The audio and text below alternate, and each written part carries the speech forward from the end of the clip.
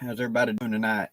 We got some storms rolled through today, but thus far we're doing okay.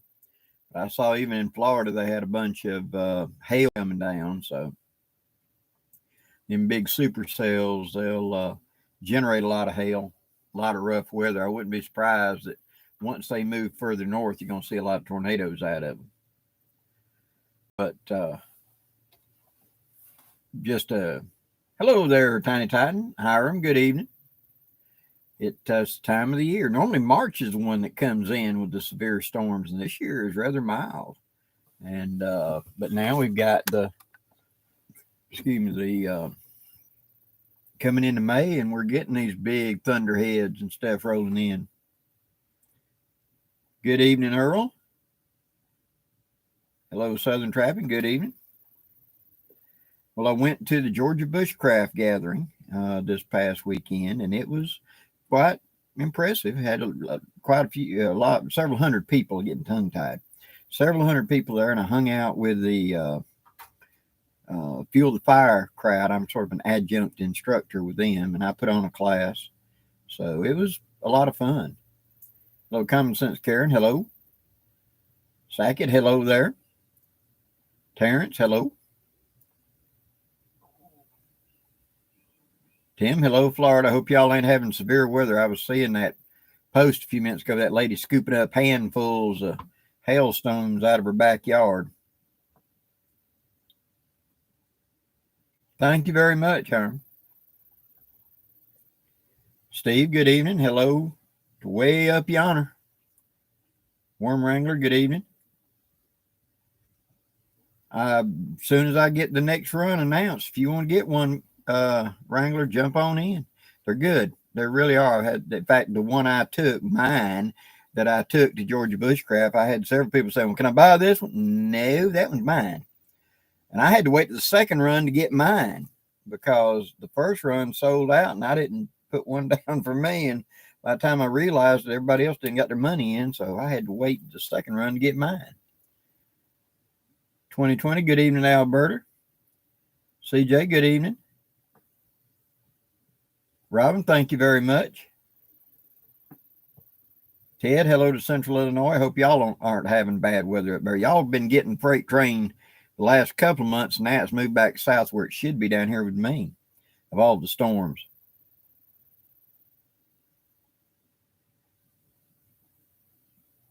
Sackett, yeah, that one wind footprint, perfect little bitty size of your fist, perfect little shelter to put in your haversack. It's not quite 5 feet, but it's just big enough you can use for a little lean-to shelter, a little cover, like I say. Works perfect and weighs nothing. So it's just the right size for that. When they sent it to me, and I should say they recommended it, and I got it, I thought it was actually a tarp. And then after I got it, and they said, how do you like the footprint? And I'm thinking that's just a catchy name for it. And I said, it's a perfect little haversack. And they said, no, it goes underneath the hammock. I went, okay. So it works either way. Captain Bart, hello. Lonnie, hello to Western Pennsylvania. Tiny, it's just the perfect size. I mean, it's like that. And it just weighs nothing. Fits in the bottom of the ruck. I mean, the haversack perfectly. And I go ahead and rig up my ridge line to it. Like I showed in the video, I could have used bank line, but I had some of that saltwater fishing line laying around. And it's just trying, it's slicker.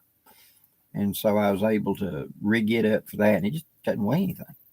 You know, it's not sticky when it's hot. So, yeah, very handy. Slingshot Warrior, hello. Justin, hello, brother. You made it in. Y'all having bad weather in Texas, or did that go around you now? But we had a good time at Georgia Bushcraft. Got to meet a lot of interesting people. And this time I did a lot more walking around and talking than I did before. The last two times I stayed in one place and I just never went anywhere. And this time I did. I walked around. I saw some of the classes going on. I got to talk with a lot of instructors and stuff like that. So I did get to walk around. I got to see some pretty cool knives and gear. So I'm planning on going back in the fall. As I understand it, Fuel the Fires will be putting classes on up there again, in which case I'll go up there and be part of them again. I'm sort of an adjunct instructor with them. Tiny Titan, do you use Prusik knots on the fishing line? Yes, I use bank line to put onto the fishing line. And it will hold. It would slip, but it will hold it snug. It's not quite as tight as you would get on another type of line, because fishing line is meant to be slick, but the Prusik will bite down actual tarred bank line and will hold more than enough for that small little bitty tarp. If I'm getting buffeted by 70 miles an hour winds, it ain't gonna matter. You know, so it's one of them things where if I'm going to be using it to give me a quick shelter right quick, it'll do just fine in 99% of what I'm on face.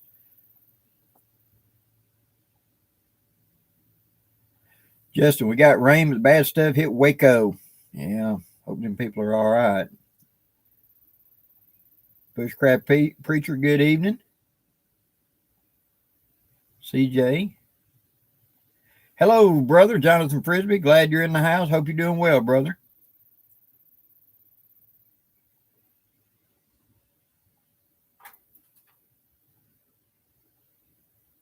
Well, hello to Justin's girl. How you doing?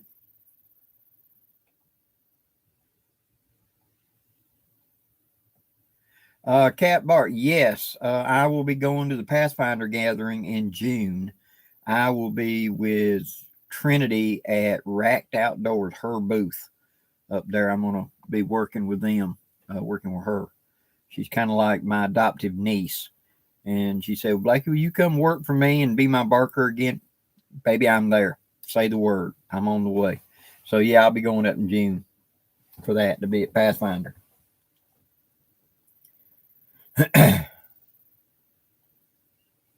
Slingshot Warrior, do you know a Crossman Vigilante is lethal with the right pellets? A lot of that stuff can be.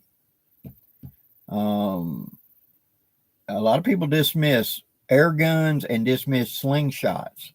And that is not a good idea, because up close in a proper hit, they can do a lot of damage in a hurry.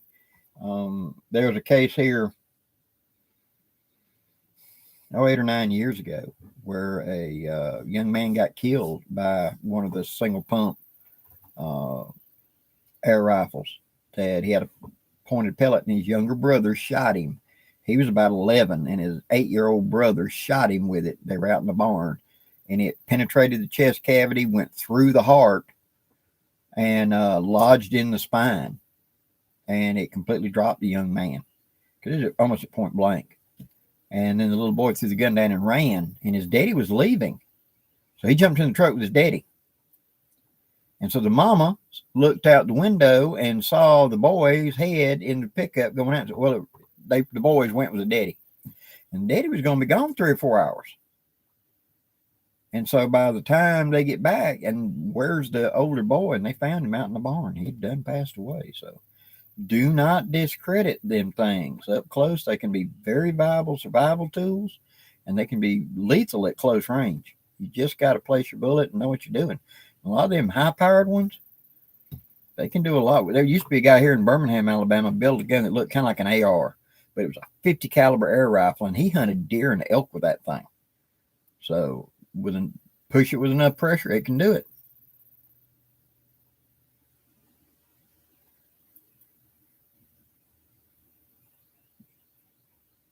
Hiram, yeah, the 10-foot with a net, those are good. Mine is basically that.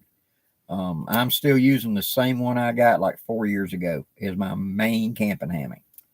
Very, very pleased with it.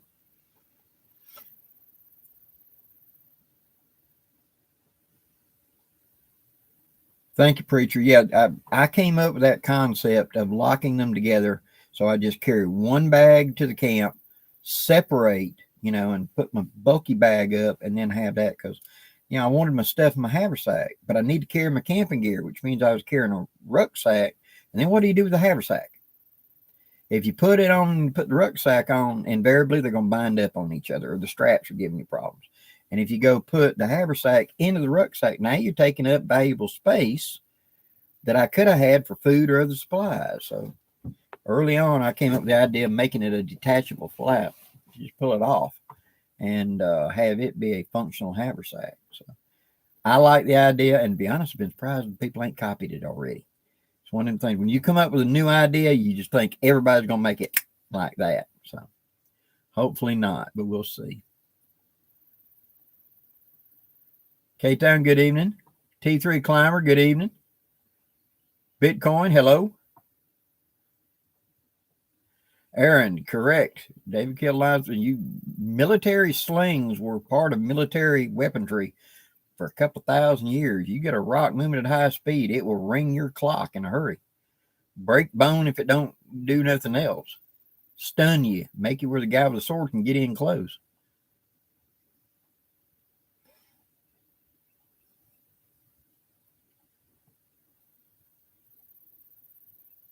T3, thanks. Glad you enjoyed the videos and welcome to the group. Donald and Mike, yeah, I've known a lot of old farmers and things. They used to have just plain old slingshots they'd make themselves.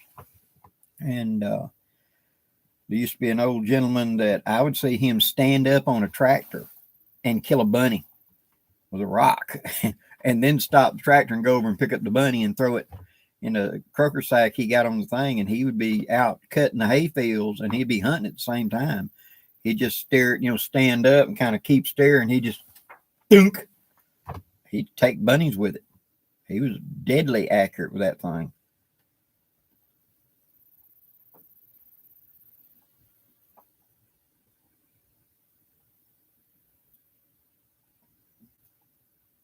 Chad, good evening.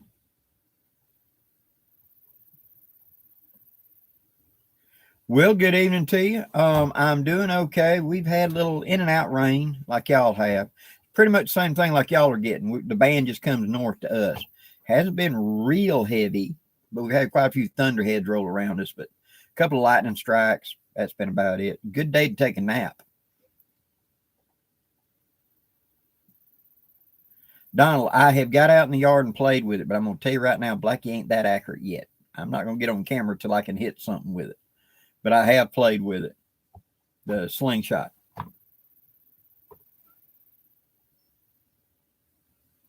Actually, Sling Warrior,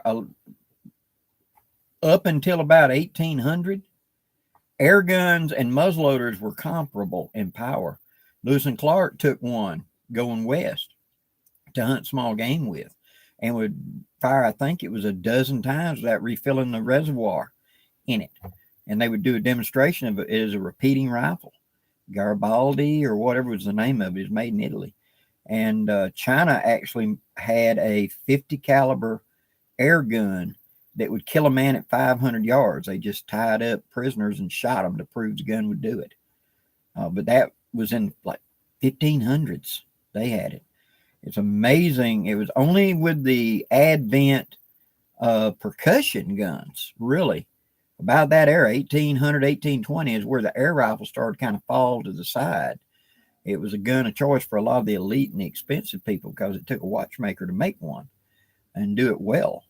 But they could be very, very accurate rifles and very powerful in the right configuration. Today, with the tanks we've got and the steel and the technology, oh yeah, it can very easily be turned into a very lethal hunting tool real quick.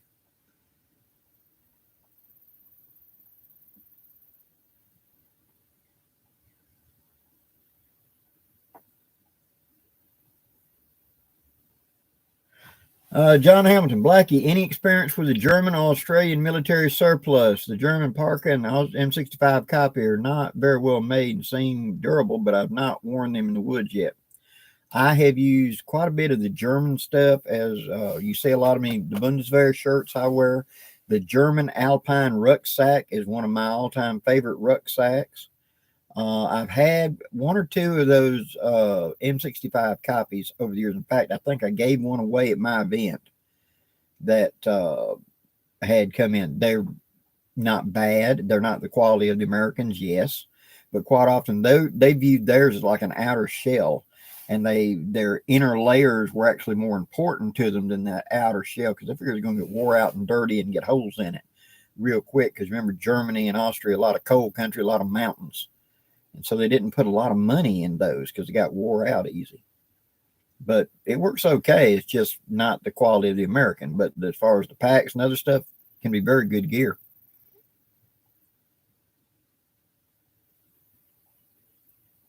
Forest Witch, good evening.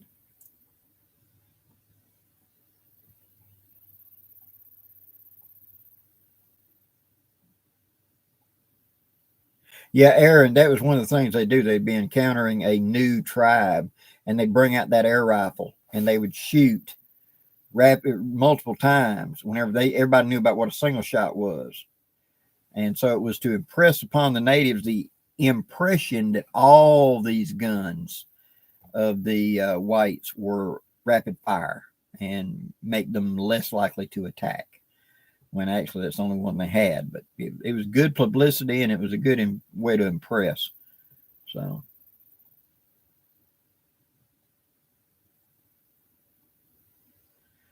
yeah, I remember seeing it back about the time it was the so many 100-year anniversary of the Lewis and Clark expedition.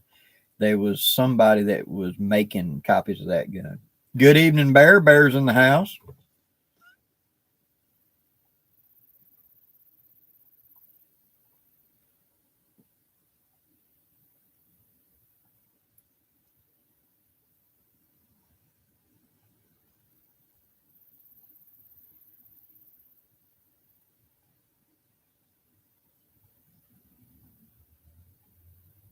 No, I'm not a slingshot warrior. I be honest with you, I've not kept up with slingshots that much.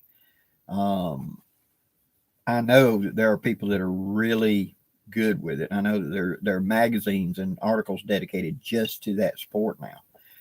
And I've heard of people like that. I've known individuals that were that good, but I haven't kept up with the we will say the hobby of slingshot or slinging.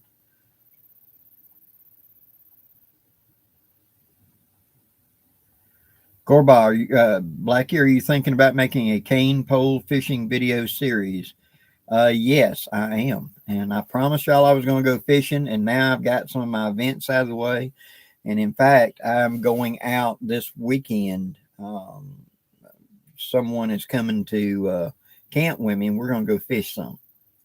And so we're going to be taking our uh, fly rods and stuff. And if the weather will permit, I plan on doing a little basic video talking about how to roll cast and stuff like the cane pole and a fly rod, etc. Which is the same as tenkara fishing, but it's doing a roll cast. It's how to lift and do your wrist flip to make it jump side to side. Bring it up, go left, bring it up, go right, and get it to come out of the water and flip sideways to cover a small area where you ain't got hardly no room over your head. It's too overgrown and everything. So I'll be doing that type of stuff.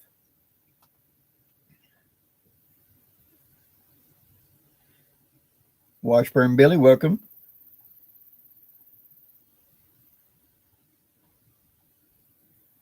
Richard, I love cast iron camp oven, especially for whole chicken. I know it's heavy, but it's good.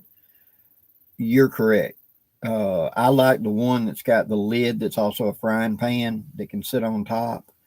We call them chicken fryers because you could put a whole chicken in there and fry that thing, deep fry them. That was carried a lot on the bigger camp outs, especially fish fries and things like that. And one would be set up to fry potatoes and stuff, and the other one would be set up to fry fish. Um, you know, Usually what would happen would be the first night you getting out there and getting set up, it was used to fry chicken, and would have a chicken fry, and that oil would be saved. And the next day, that's when you fried the hush puppies, the onions, and that stuff, and then you fry the potatoes, and finally you fried the fish. Because once you fried the fish, it's going to taste like fish. So it's okay to fry fish in it again, but don't think you're going to fry something else and it not taste like fish. So it would kind of put a little wang to it. And so we would use them a lot. Like I say, a lot of times there were two of them you sell to camp out running. And in fact, I've got one. And if I ever get around to cooking big enough to, feed the family, I'll bring it out and cook some. But right now it's just me and my wife. Diane, good evening.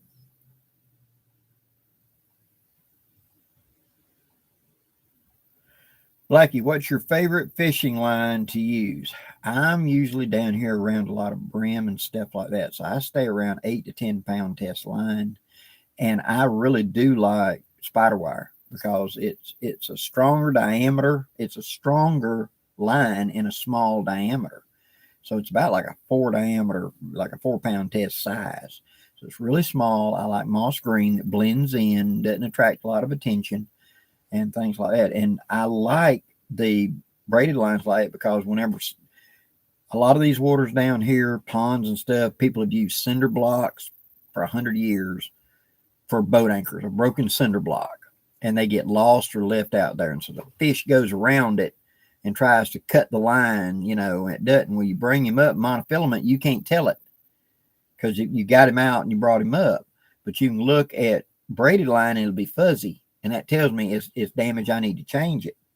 But monofilament, you won't know till it just goes pop, And so that's one of the reasons I like it, so I can cast it out there and be able to see it.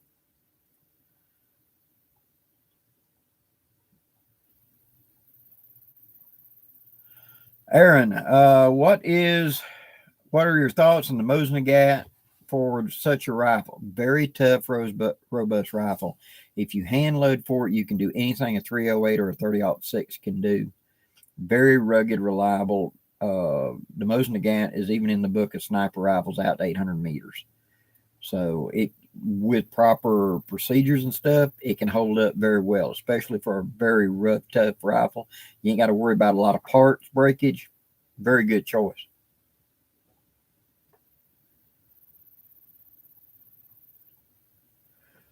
When you do use a hatchet, do you have one that you gravitate towards? To be honest, I don't. I've got a couple of different hatchets, and I just choose it upon what's the job. I have a small marbles type belt one that's really a small detail crafting. Then I have one of the Condor short handle crafting hatchets that I use sometimes when I'm hogging off extra wood, carving out a spatula or whatever. And then I've got one that's about the size of a Boy Scout that I use for that. After that, I go to axes. I've got a kukri that can do anything those would do. So a lot of times I'm more of a kukri than I am the hatchet, but there's just going to be sometimes that hatchet's a better choice. That's about best I can tell you. Good evening, Miss Pam.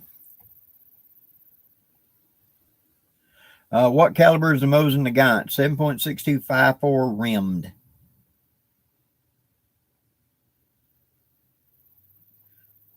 Go box, similar. Its power level is depending on the ammo you put into it. It's similar to an M14, which is a 308 7.62 51, or it can be the same as a 30-06, which is a 7.6261. If you want to go European designation, so it's a bolt. Bolt works fairly good. It is not what you'd call it, It's not like a Springfield 1903 A3, but then again, it ain't a British Lee Enfield either. I think they work fairly well. And that little stubby handle, I learned to just palm it. So instead of grabbing the bolt handle, I palm it and roll up, back, push, down. So it's whack, whack. Instead of grabbing it and lifting it and whatever, I just use the palm, like click, click, click, click, and just roll my hand. I can work it as fast as you can anything else. But then again, I've had a little bit of practice hunting hog with one. So.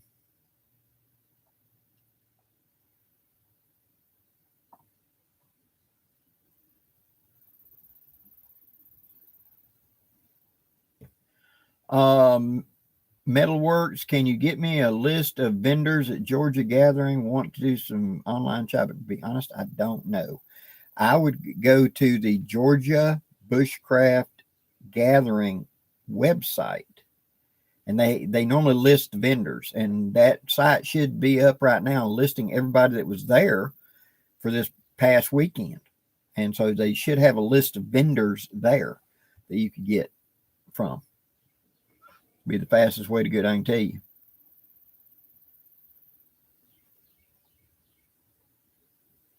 Aaron, if you got one like you're fine. Everything's good, then that gun should do just fine.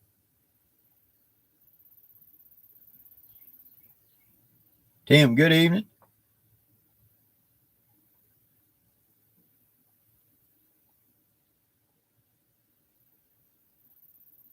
Corey, exactly. Once you slow down and go to just a cane pole, all the other reels, something's got to be in motion. I mean, you're always moving and everything else. And part of that is to attract the fish by predatory chasing the prey. But a lot of times you get fish who are a little shy or they're just full and they don't want to chase anything. And you can just so subtly take a cane pole and just sit it in front of them. And they'll come to it rather than been spooked by it. And it's a quiet way to fish. And that's one of the things I was taught was don't disturb the fish. Get out there and take 10 out of this hole instead of just one by gently lowering it in. If you catch one over here at 10 o'clock position, when you take the fish off, put it on the stringer, rebait, go over here. Don't keep coming back to the same place automatic. Let the fish calm back down and then represent. And you'll get more fish that way. It's a calm, quiet way to fish. It's how most of us learn to be patient as little boys and girls. Sitting on a creek bank with grandma or granddaddy and a cane pole and a can of worms or some crickets. You had to learn to sit still and not play with the pole and just hold it still. Because you weren't going to catch no fish if you were just sitting there playing and looking around, everything. You wouldn't catch nothing. Sparrow Bushcraft, good evening.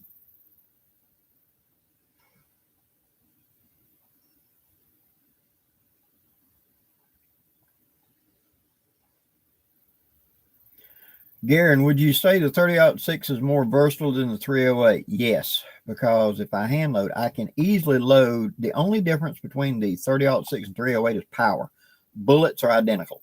Usually the powders are the same, primers are the same, the cases are different. And all the 30-06 was neck down using better powder to produce the 308. So with the 30-06, I can do anything a 308 can do, but I can also warm up that 30-06 and go into the bottom end of 300 Winchester Magnum. That's the reason they invented the 300 Winchester Magnum, because people were hot loading the 30-06. They had a lot of antique guns that weren't holding up very well with it, because a lot of them were World War I guns. So they invented the 300 Winchester Magnum. You can load it all the way down to a pop gun and all the way up to handle anything on the North American continent. So if you say, I could have one big caliber rifle, one, but I get to hand load it, it'd be an 03A3 Springfield, because near and dear to my heart, I've had three. I shot them in competition out to 1,000 yards and let me hand load. And I'll take anything on the North American continent with that gun. I can load it down to 30 carbine ballistics, or I can load it all the way up where I will poleaxe something on 4 feet. It's just how you load it. So to me, given the two, I can't make a 308 do what a 30-06 can do, but I can make a 30-06 do what a 308 can do. That's just my opinion. Jeff, glad to do it. Tim Harper, yeah, don't wear anything bright and reflective so the fish can see you. They'll spook off.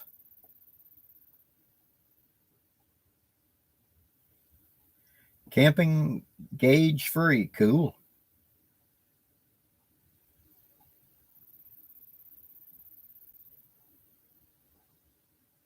Richard, I agree. The Kukri does all the chopping, processing, fire, shelter building, etc. But even saying that, I'm going to have minimum. I believe in redundancies. I've got my Swiss Army knife on me, period.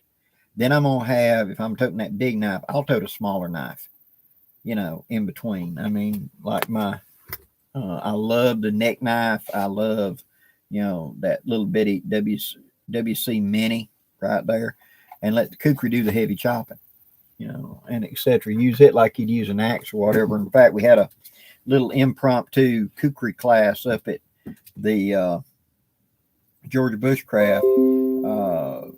Miss Jacks had a bucket of fat wood that somebody had taken, like fence posts that were fat wood, and it was hunks about this big, and took a saw and cut them up in, 10, 12, 14-inch hunks.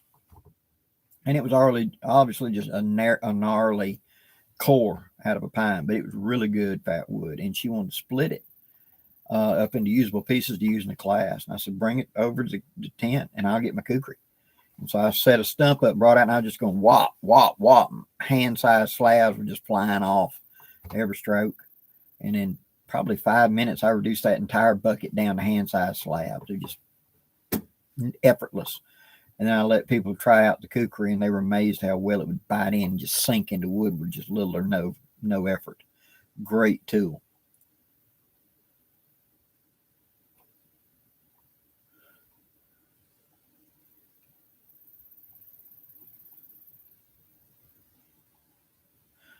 Aaron, yeah, the 32 Winchester Special, good caliber, but you're right. You're probably going to have to hand load that. They do make it from time to time, but it's usually in a limited run that they'll make it for 4 months, and then that's all they're going to make for 5 years. So you're probably just going to have to hand load for it. Although,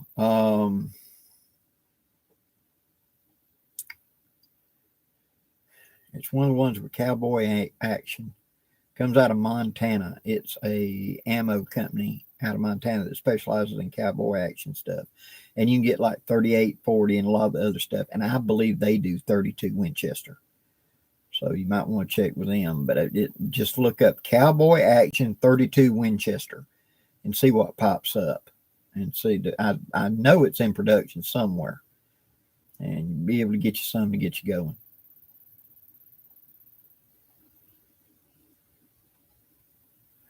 Yeah.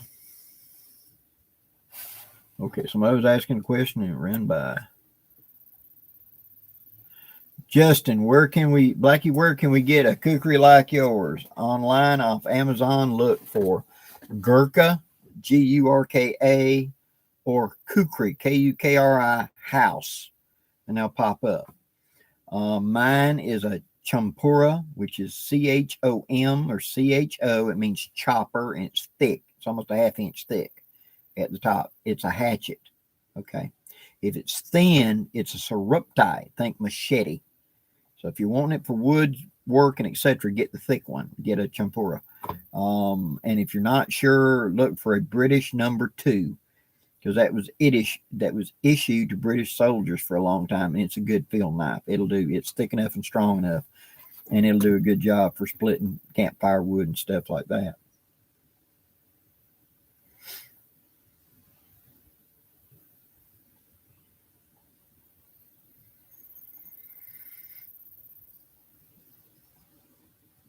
Sparrow Bushcraft. I don't have much experience with the kukri, but after Georgia, I definitely want to get one and learn them better. I broke the vintage one Joe Flowers put in my hands. Uh-oh. Oh, boy. Yeah. That can't happen. That's true of any piece of steel. But I've had mine 20 plus. I really don't know. From the 80s at least, I've had that kukri. And the kukri I had before that was one of the Indian ones that you see out of Atlanta Cutlery. And that was, I guess, what you'd call my first real kukri. I had several other things along there, but it was the first real one. And I used it to great extent, but it just ain't thick enough and heavy enough. And then I got with my good friend Micah Colvin, and Micah said, that's not a real kukri. This is a kukri. And he had one of the ones out of Nepal, handmade out of Nepal. And after I had tried his, that's when I got the one I have now. And I've had it ever since. And if it broke tomorrow, I would turn around and order another one. I mean, I've got like 3 kukris right now. Well, excuse me, 4. I got the little bitty small officer's model, which is about like a belt knife. I've got the long surupti that a subscriber gifted me, came out of New Zealand, and it was some officer that had served with the Gurkhas, a New Zealand officer who had served in the British Commonwealth type stuff and had served with Gurkhas. And then I've got mine. And then, of course, I also got a cold steel machete, one that rides in the door of my truck for a down and dirty, but I ain't put my good kukris in there in case it got stole, you know. That one's replaceable, but they work real well.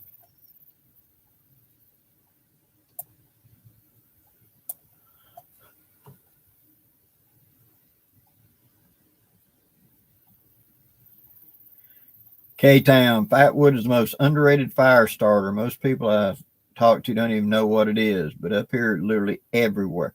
I agree. Down here in my part of the South, that's one of the first things we teach the kids to find fire starting is find a piece of fatwood. How to spot the stumps, how to split it off of it, etc. Once you got fatwood, you got a fire. It's going to happen.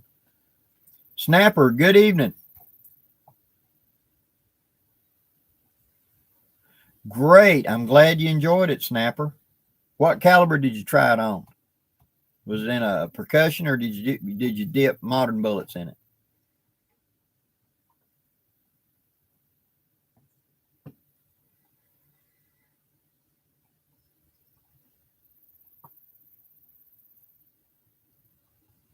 Correct. Thank you, Aaron. Buffalo bore. For the gentleman hunting 32 Winchester Special, check with Buffalo bore. See if they got it because they load. I know they've done Starline brass and a lot of odd calibers before. Check with them.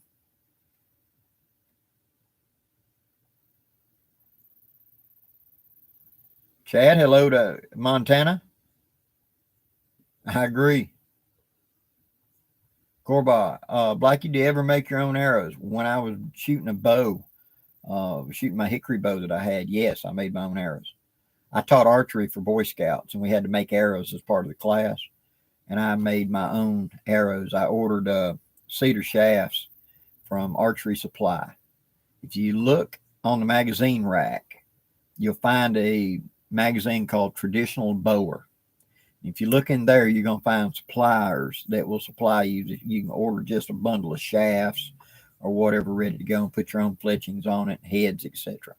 And so I had my own arrows, I had my own fletching, my own arrowheads, and I had my own quiver. My entire gear I made myself. I even wove the Flemish bow string. Excuse me, getting tongue tied. But that was quite a while back. I ain't shot a bow in years.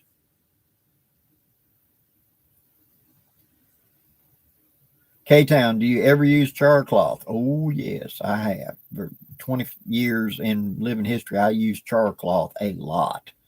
We used to take a gallon paint can beginning of the year and go to the Goodwill and get a bunch of well-washed, well-worn in 100% cotton Wrangler denim Levi's and cut them up and make 3 or 4 inch squares and put them in them cans and just make us a ply to last the year.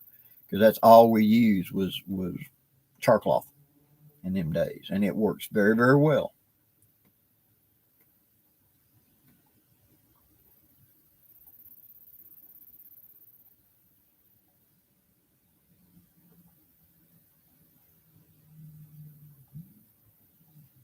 Oh yeah, Justin, Backyard Bower has books. I got them saved to get. Awesome. I know Backyard Bower he was in Hawaii and he did a channel on YouTube and it was pretty interesting. He made bows out of PVC and everything else and other kinds of bows and made them look real. I mean, made them look like you had to look close till this isn't a wood bow. And he did a lot of shooting. So yeah. Brutus, hello to Buffalo, Wyoming. Awesome. Oh, Aaron, I'm sorry.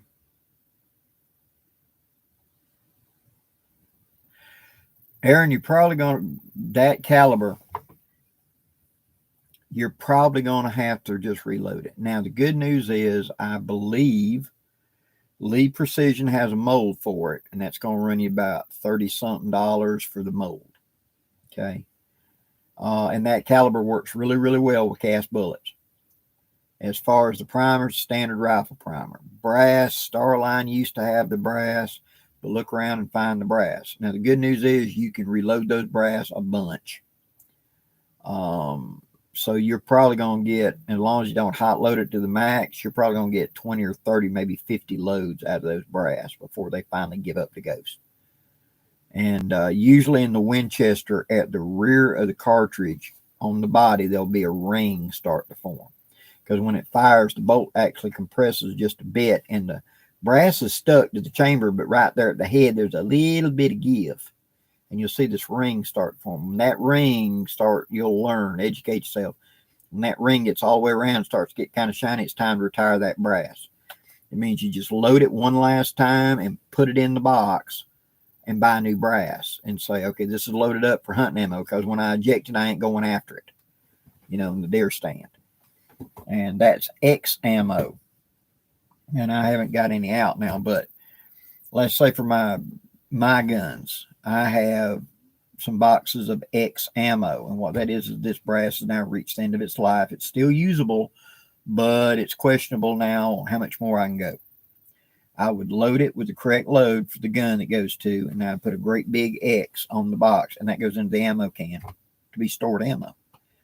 Now, when you show up and want me to go into the deep swamps to help you find that dog you lost, I'm toting X ammo, because when I shoot, I ain't going after that brass. It's going to throw it out into wherever. And so that is disposable ammo at that point to me, because that brass has run its life. I'm done. And I just get another 100 rounds of brass and start reloading. So that's how I do it.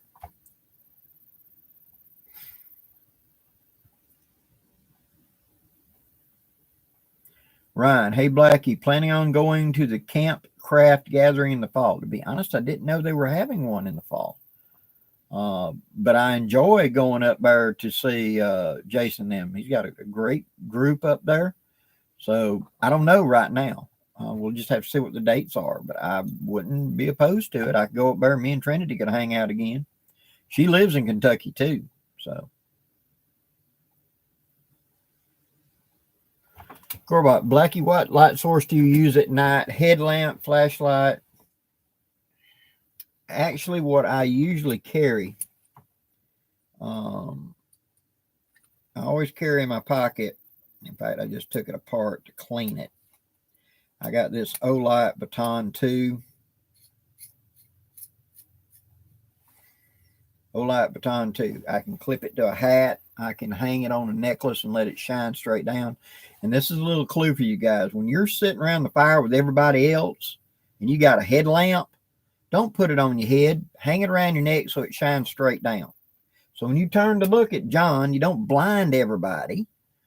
And yet you can always see because it's right here and it's shining at your feet. Now, when you're alone or you're the guy in the lead, put it on your head. But I'll take this and I always wear a necklace and I'll clip to the necklace and let it just hang straight down. Now, this handles my day-to-day flashlight needs. In camp, I'll also carry a battery-powered lantern. And I've got I don't recall the name of the company right off the top of my head, but it's one that comes straight up and down. It's the original company that made them. And I got a pair of them offline from Amazon for $20. And they're brighter, a lot brighter than that thing you get at Walmart that looks like it. It's not. That's where somebody ripped off this company and went to China and mass produced them. This is the American company that made these, and they're about 300 to 500 looms. But they run 30 hours on 3 AA batteries, and the lid carries 3 more batteries. So I've got 60 hours of light in that one lantern. And all you do is just slap it closed, it's closed, pull it, it's on. That's it. And that's what I'll leave in my camp to illuminate my camp. So when I come, going to and from, or I need to do something or whatever, I hang it up above me. I can just pull and activate it, full flooding light, etc. I also carry other lanterns depending on the situation. I have Coleman lanterns, I have propane lanterns, and I've got the gasoline old military issue Coleman lantern. Depending on the situation is what and how much light we're going to need is what I run.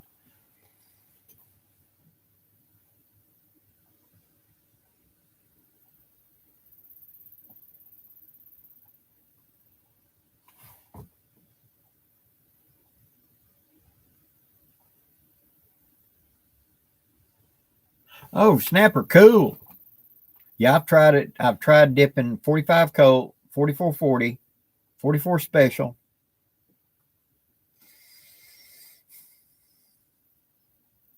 And of course, the Johnson and Dow, the Kerr bullets, the Colt, 36 conical, and they've all done very, very well for me. So I'm hanging on to mine. Hello, Robert. It's Layla. Good evening.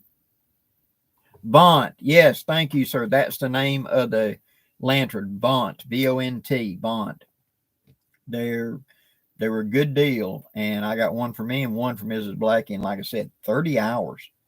Well, you're on average going to run one like 5 hours a night. So that's 6 days on 3 batteries, and you got 3 more batteries. So that's 2 weeks, we shall say, of light for the batteries I carry in it. So yeah, that's plenty for carrying on a camping trip. Hello, Chuck Miller. Good evening. Benton, I picked up a 36U birdie. What's a good load for it? Start somewhere around 20 grains. Usually start around 20 and go up just a little bit. You'll hit the sweet spot, and it varies anywhere from, I've seen it be 18, and then I've seen it been 27 and 30. It's just where you got to go. But aim at the exact same spot. I tell people start with a paper plate, put a dot in the middle, put it up at, let's say, 10 yards. Aim dead center, squeeze your shots off very carefully, control your breathing. No matter where the bullets go, ignore them. Aim at the same exact spot and see where the group is. And then go up like 3 to 5 grains.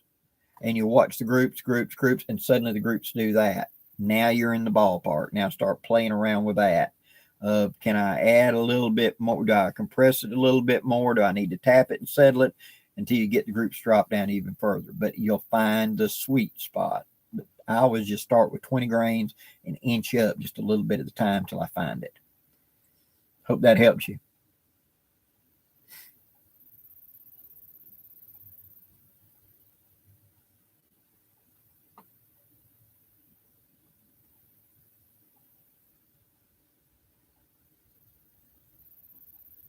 Yeah, K-Town, the O-lights, now, the only complaint you're going to hear people talk about is the switches. But I've carried this one in my pocket 4 years with other stuff in the pocket that's compressed it, hit it, beat it, bang it, and everything, and mine's still working. So anything electronic can wear out. I mean, what's the difference? But mine's done really, really good, and it's still on that same battery. I just took it apart to clean it after I came back from Georgia because I did some sweating.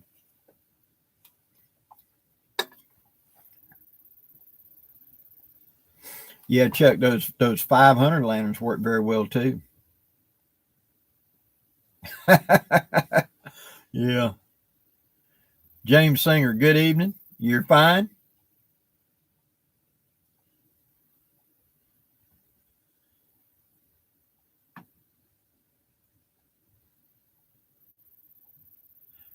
Cool.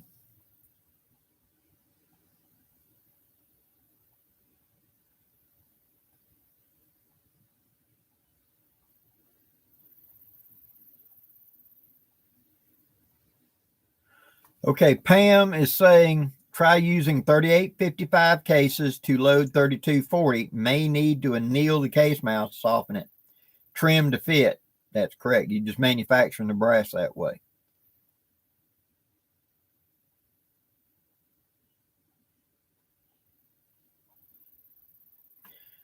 Garen, has anyone ever heard of a lantern using tritium tubes? Not off the top of my head.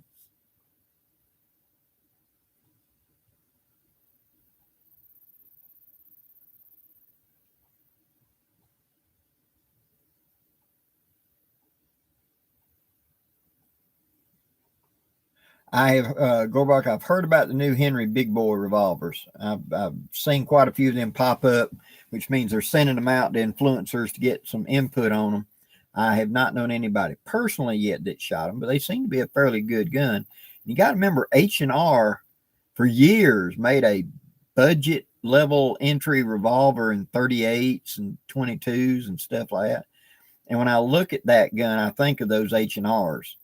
Although these are swing out cylinder with a brass frame on it, the H&Rs were one piece and were a tackle box gun. They were a cheap swing out revolver in 32 or 38 or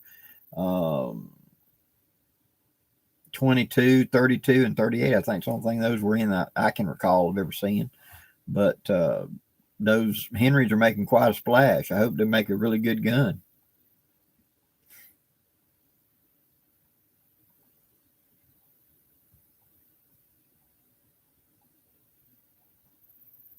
Thomas, yeah, the white gas. All white gas is Coleman fuel is gasoline without all them additives in it that you put into your car. They just call it white gas.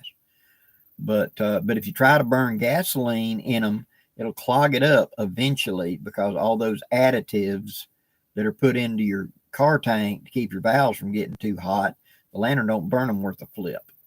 So, which I understand now, Coleman's quit making any of the gas ones, that you can't buy a Coleman anymore with a pump up tank where you just pour fuel in it, which is kind of sad to me. They worked for 100 years. I don't see why they want to quit. But then again, there are so many of them you can pick up for $5-10 at thrift market. So, you know, as long as somebody makes parts, we're all happy.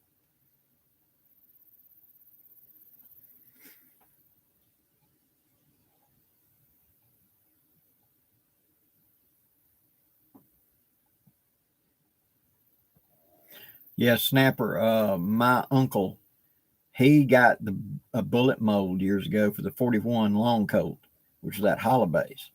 And he took all length brass shells and put it into it to make a 410 for a double barrel 410.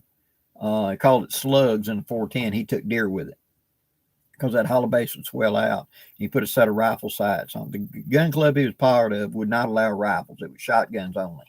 So he got him a double barrel 410, put rifle sights on it, and took, I think it was 444 Marlin that he fire formed to 410.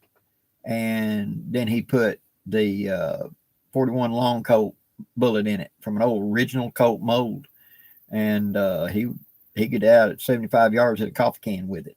And other guys would complain, you know, he's cheating. He'd pop the barrels open and go, "Do you see any riflings in there? Learn to shoot, boy."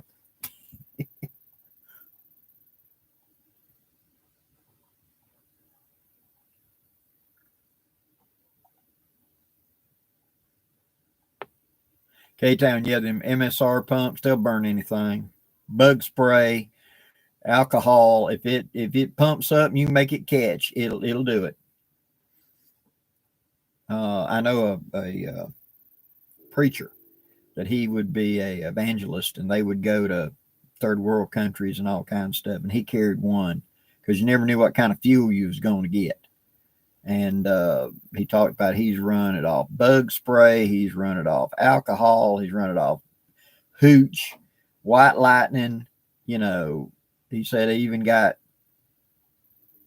I want to say, transmission fluid to burn it at one time. So he didn't know what he could get, but whatever he could get a hold of, he'd make it run.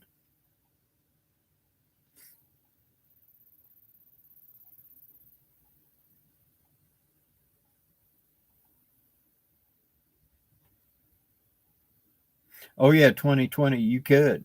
You fire up one of them big Coleman lanterns inside of an enclosed canvas tent, it'll dry the tent. Of course, you better air it good before you walk in there, you know, because that layer of monoxide's at the top. You know, as long as you got air coming in the bottom of the lantern. If the lantern goes out, do not walk in there without opening them doors and flapping for a minute. I know for a fact somebody that did that and was trying to dry clothes. They hung them up in there and fired the lantern wide open. And then he walked in. He didn't open the door. He just slid in, and fumes built up. And we heard him pass out and hit the deck. And we managed to drag him out and pump him out and get him breathing again. And it was to the ER. But make sure you ventilate it before you go in there.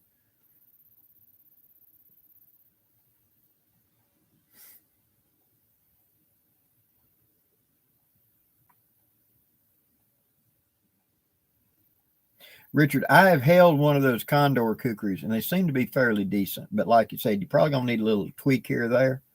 But they do seem to be a decent knife. I know Joe Flowers had one. We were at Camp Craft up at Jason's, and he was up there. And he was taking a class or whatever, or giving a class. I don't remember, but he was there. I remember he had one. Me and him talked a little bit about them. Condor's a decent company, make decent knives at a decent price.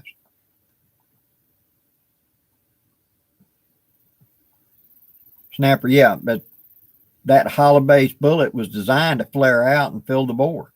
Well, you take a 410 and you just coat the outside and you leave out a hollow base and it'll flare out and it perfectly fits the barrel. And if you got a smooth 410 barrel, it does good. Great slug in a 410. Just find a 41 Colt hollow base mold. Now that's going to be your challenge. But really, I mean, not many people do that anymore, even mess with 41 Colt. And I've often wondered, could I take 41 Magnum brass and cut it down and work it? I don't know if whether I could make 41 long Colt out of that. Louisiana grade, cool. Hope it works well for you. Worked well for me. Good night, Chad.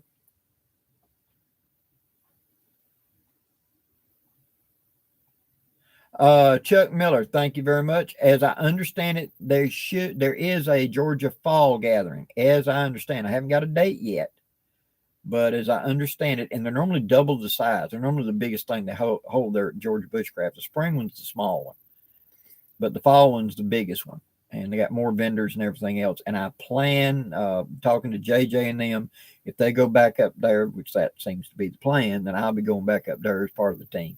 So I'll be there. K-Town, Blackie, do you ever seam seal your tarps? Only if they need it. I've been lucky with these one winds. I've never had a problem with them leaking. But in the past, when I would get a seal nylon or whatever, I would always set it up and put water on it and find out if it's going to leak, because I didn't want to be in the middle of nowhere with it just raining out of the, just pouring out of it. In which case, I would take the roll-on type stuff and seal it. Canvas stuff like that, would it get wet and swell up and quit leaking, or wax canvas, etc. But usually I don't unless it shows me. Now, if a tarp gets 3-5 years on it, yeah, then I'll probably retreat it. I just keep an eye on it.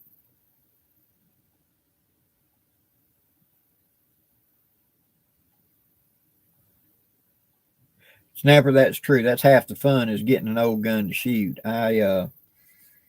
I got an Egyptian rolling block. They came into the country back in the late 80s, and it was in 43 Egyptian, and there was nothing to be had for that kind of ammo. And Dixie Gun Works had 50 caliber cadet barrels for that year. And so we simply unscrewed the barrel and screwed in the 50 caliber cadet, and I had to open up the ejector notch just a little bit, and 50 cadet would fit it. And so it was a cut off 348 Winchester, and then the bullet was one of those 50 caliber Lee reel, rifling engaged at loading, put down in the case, and that's what I shot in it. And it shot decently well. You could deer hunt with that to 50-60 yards pretty easy. And in fact, somebody had to have it. They wanted them a Remington rolling block pretty bad in that short little carbine, because they did cavalry reenacting. He wanted one, especially when he found out that you could load all these with blanks and just make noisemakers. So he kept adding money, and I had to say yes, Pam, 41 Magnum won't work. Thank you, ma'am.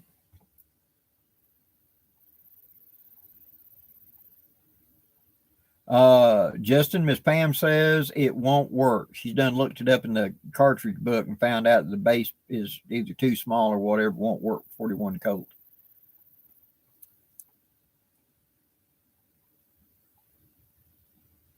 Gray Wolf, I wish I could go to Alaska. Me and Dan had talked about going up there, but maybe one day I'll get to go up there just for a visit.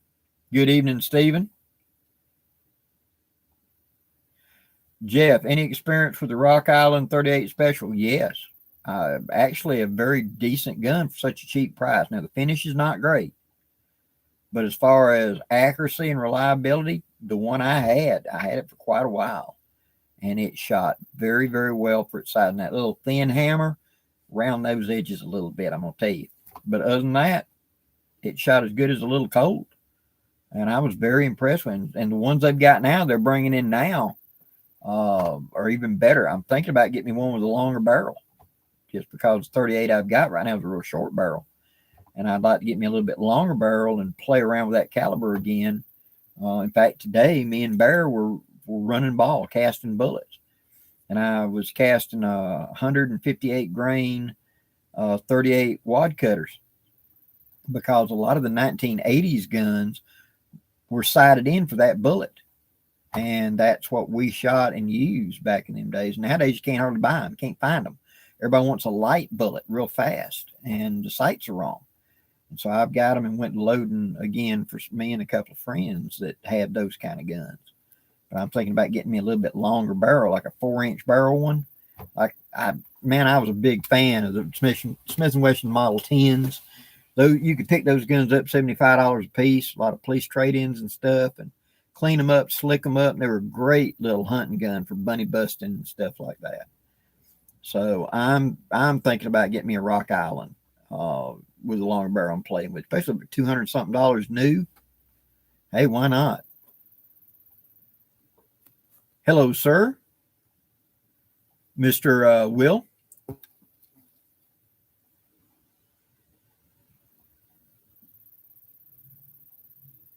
Oh, yeah. You can get the, Richard, you can get the adapter so you can put the big tank on them. Oh, yeah. Especially for a big permanent camp or whatever, or we're going to be here several days. Yeah. Way to go. Absolutely way to go.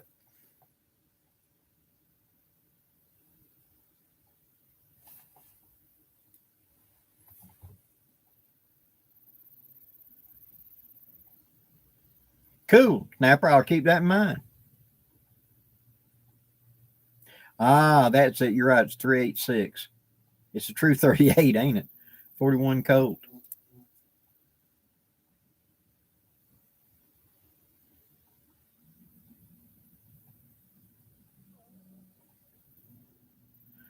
Blackie, what's your favorite stick, stove, firebox that you've used? Okay, I have to be honest. The only one I have used of any amount is the little bitty the stove that hooks onto a U.S. Army canteen cup. I have not had one of them take apart once.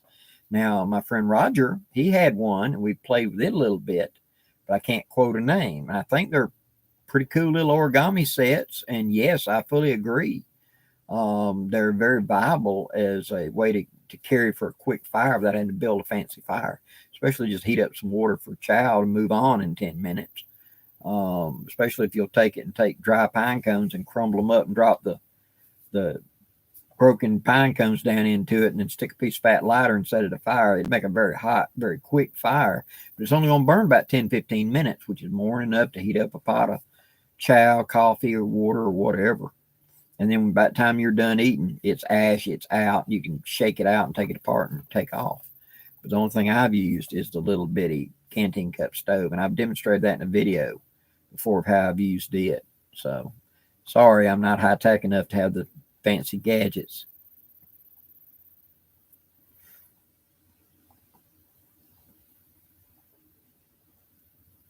Stephen, I have a 44 black powder New Army, and the caps are splitting. Is that due to the trigger or the hammer? I would, of the two, I would probably say it's not enough hammer pressure, because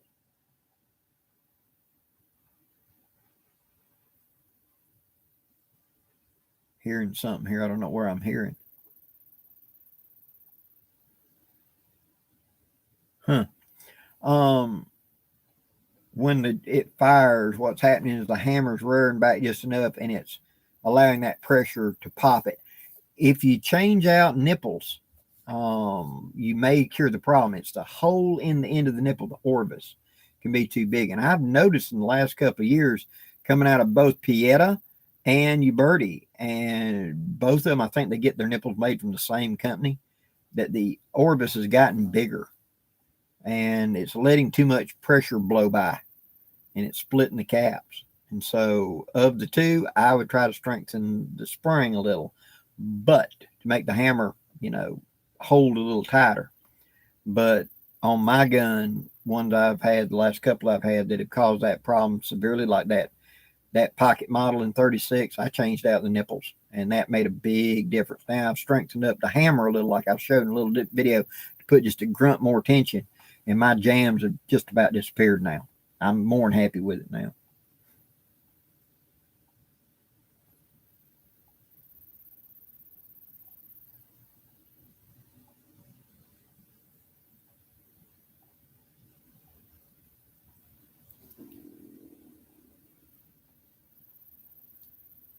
Uh, if it's a new model Army, it's a 58, correct?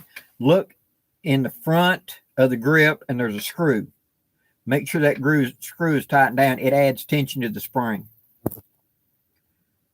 So when you're looking at the gun, it's laying in front of you and the barrel's facing that way. On the inside of the grip, there's a screw. And that screw goes in and presses against the spring to increase tension. Make sure that thing's turn it a little tighter. Don't, but just tighten it up. It may be a little loose and it's got a little low pressure. Try that. In fact, that was part of Remington's design because they figured over time the springs that were made back in that days would weaken from flexing and using. So they put that screw in there so you can increase tension to fix that problem. Colt didn't. Colt made you get a new spring.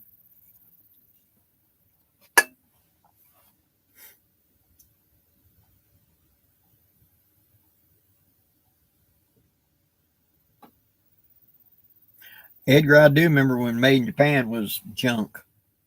It was cheap, but some of the stuff was okay. Like them Saber pocket knives were fairly decent.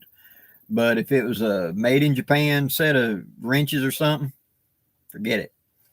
A lot of them tools and stuff we had, poor people had to endure said Made in Japan.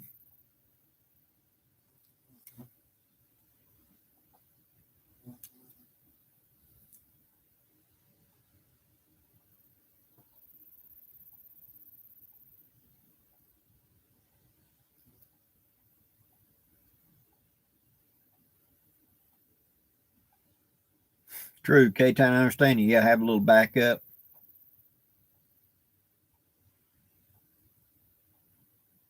Edgar, new made springs don't weaken over time. Our modern springs are a much better quality steel and are much better controlled than they had back in the day.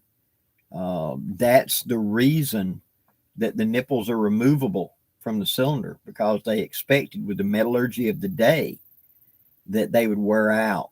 And so where you didn't have to throw away the whole cylinder, they made it where you, instead of it just being milled into the back of the gun, they made it where you could replace the cylinder, the nipples.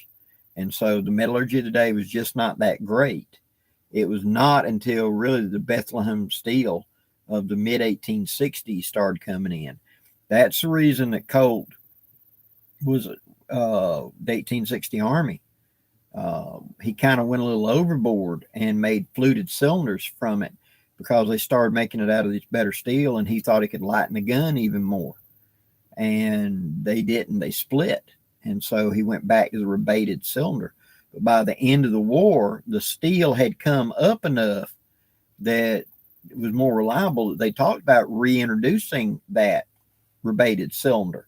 And they said, no, the war was going to be over any day, and these were going to be surplus, and it was going to be obsolete, and cartridges were the way to go. And so they just didn't do it. But it was the steel of the day. And a lot of the Civil War steel, the battlefield pickups, the damaged guns, and everything else was turned around and remelted and turned into steel and made into new things. Well, about mid 1870s through 1880s, you had a lot of stuff blow up. Pressure cylinders in mines and stuff like that, because they were made out of that steel that had been reclaimed from battlefields and made into other parts. And the metallurgy was suspect from the day one. And so you'd hear about steam trains, their cylinders blowing up. You'd hear about bushings giving way because they'd been made out of that substandard steel. It was about 1880 they kind of got rid of all that stuff, and new made stuff was more prevalent than recycled stuff from the war, where they would take a bunch of cannon barrels, whatever, and gun barrels, whatever, and just melt it down and turn into a new product. And it made a difference in the quality of the steels.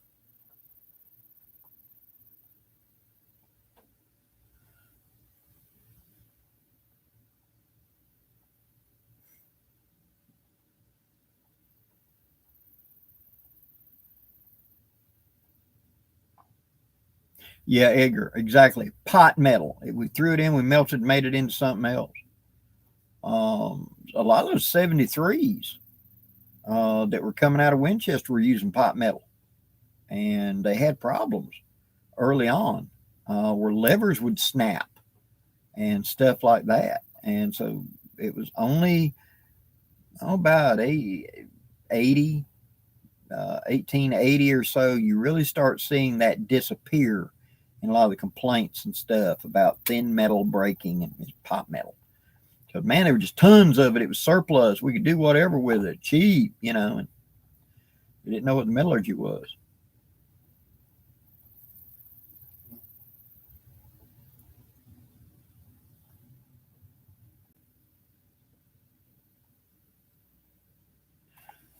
Mitch, Blackie, would you ever spend $800 on a Randall knife and still feel comfortable using it after paying that much for it? Ah, the pretty knife argument. Guilty. I have had knives that I have spent a lot of money in the past and were scared to use them because I'd put so much money in it. Kind of along that line, Cold Steel made a copy of the Randall knife. Remember, leather sheath, and it looked like that. It was a Randall copy, but copied it really, really well. And those were like $170 at that time. And me and my friend drove 2 hours north to Fort Benning to go in there to a knife shop and get one. And I pulled it out of the box and checked it out very thoroughly, the stitching on the sheath, everything, paid the guy the money. It came to right at $200 with tax.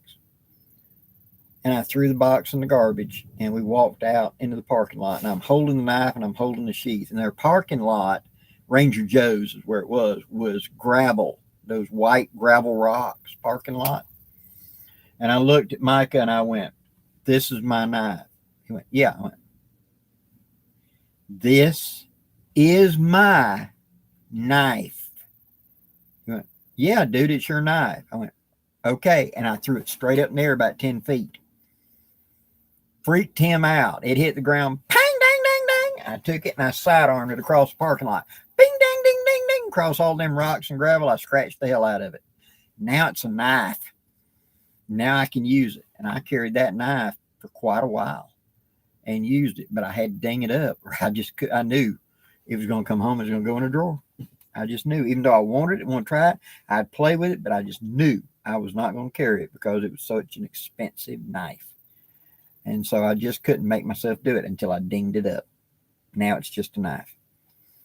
And in fact, when I finally got rid of it, it was a active duty soldier that I was someplace at a gun range, and he looked down and saw it on my hip and thought it was an original Randall. And his dad had an original, and he wanted to buy it off of me. And I told him, I said, "It's a Cold Steel replica," but he said, "No, damn it, this looks like my dad's." And so we made a deal, and I got $150 back out of my knife after I'd used it like 4 years. But yes, Mitch, it can be very tough to put that kind of money in a knife and use it. Really, a lot of those at that kind of level, it's just purely a collectible at that point. You're putting in that much money, it's a collectible. That's something you put up and hope it goes up so you can make a house payment with it later on if you got to. If you're looking for a really good knife in the $300 range, go look at a WC knife. It'll do anything that Randall will do. And it's a handmade knife, high quality, do anything. But it's $300. And then you'll have a great knife, and you ain't got to sweat it so much if you lose it.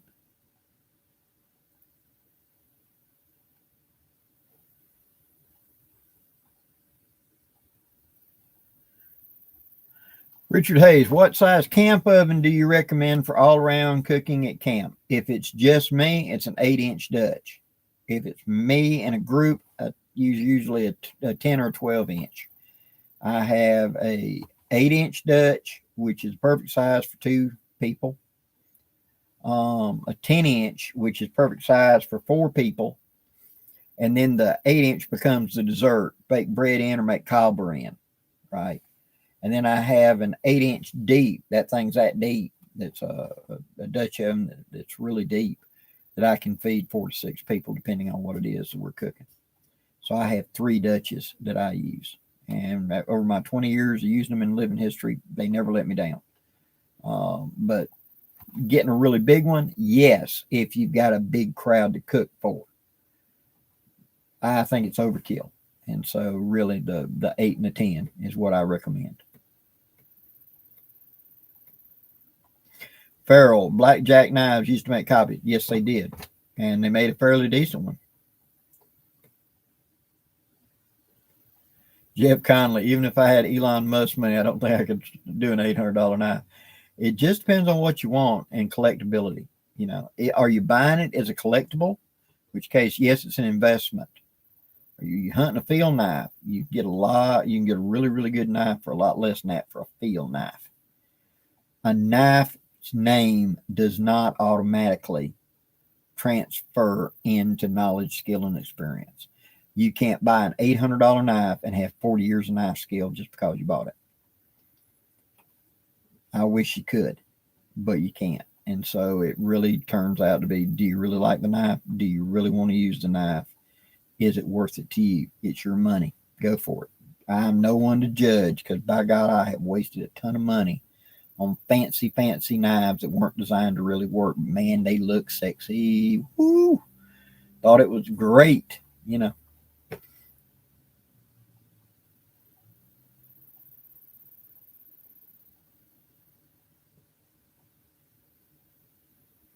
Snapper, you know, yeah. Let me tell you about buddy mine and his Glock. He picked up a police trade-in Glock that looked like hell.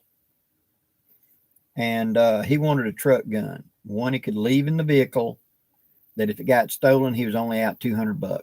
He picked up $200 in the pawn shop. Didn't have a magazine with it. He had extra mags already from another.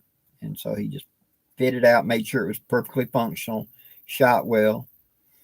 And then we were at a shooting range one time, and this guy was just going off about how his $1,500 custom was the end all be all, and everybody else's gun was garbage.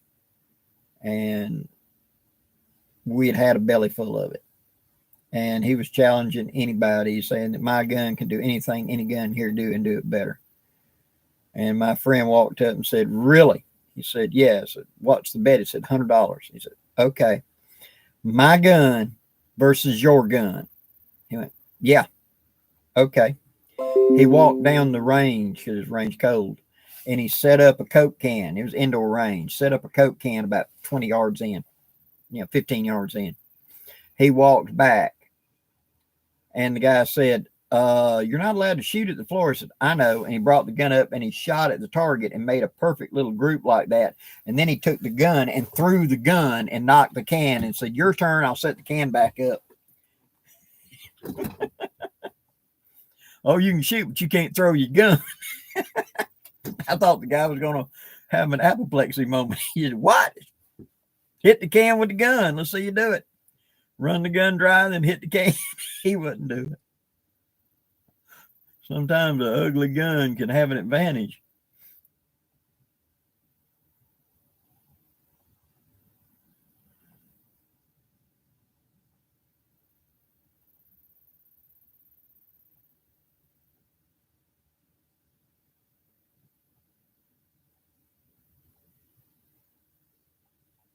Hey, K-Town, Condor knives are decent knives.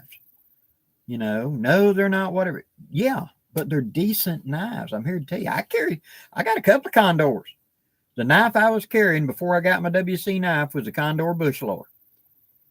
Joe Flowers carries Condors. I've looked at the belts of a lot of people that's got names, and what are they wearing? They got a Condor stuck on their belt. A Mora or a Condor are two very common knives. So there ain't nothing wrong with that. No, it's not the high end. Who cares? Does it do the job and can I afford it? Excellent. And I tell people, when you're starting out, never, ever put a lot of money in a knife because you ain't got the skills yet. It's going to be a learning curve. You're going to screw up. You're going to damage stuff. I'd rather you damage a $40 knife than a $400 knife. So just take it easy. Yeah, WCSK is a paperweight if you never use it. I agree. Take it out and use it. Mine rides in my bug out bag because that's all I got. I can do a lot with it. You know, I helped design that knife. You dang right. I know what that knife can do. It's a little big for me, but I know how to use it. That's the important thing.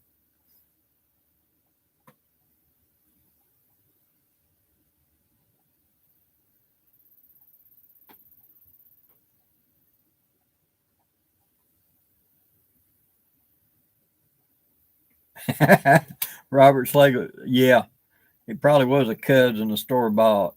Oh, you'd have these guys off Rooker over here. Their chest be all puffed up, and they got their wonder toy, and it's a Wilson Combat, whatever, whatever, and all your stuff's garbage, and their stuff's the greatest thing.